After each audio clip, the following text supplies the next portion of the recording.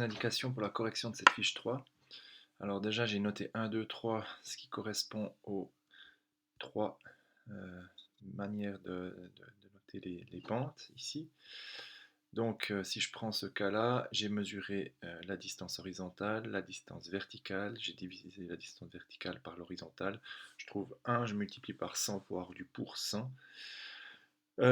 Si je considère la méthode 2, donc la pente sans unité, je pars d'ici et je descends, donc ça veut dire que quand j'avance de 3,4, finalement, je monte de moins 3,4, donc je descends de 3,4, c'est pour ça qu'il y a ce moins ici.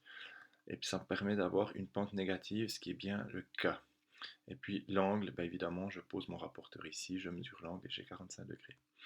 Dans le cas de droite comme ça, je dois tracer un triangle rectangle ici.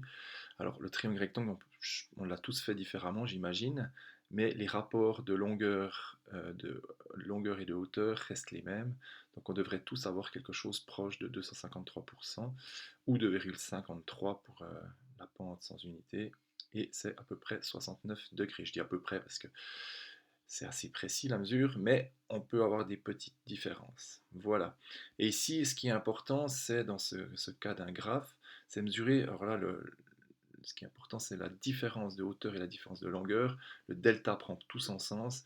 Là, je vois que je pars de moins 2 pour aller jusqu'à, en suivant le graphe ici, jusqu'à 0,4. Donc j'ai un 2,4. Et puis, verticalement, je pars de 0 et je vais jusqu'à moins 1,2. Donc, moins 1,2 divisé par 2,4, ce qui me donne une pente négative. Je vois que j'ai pas noté le moins ici, mais il y a un petit moins, c'est une pente négative. Voilà.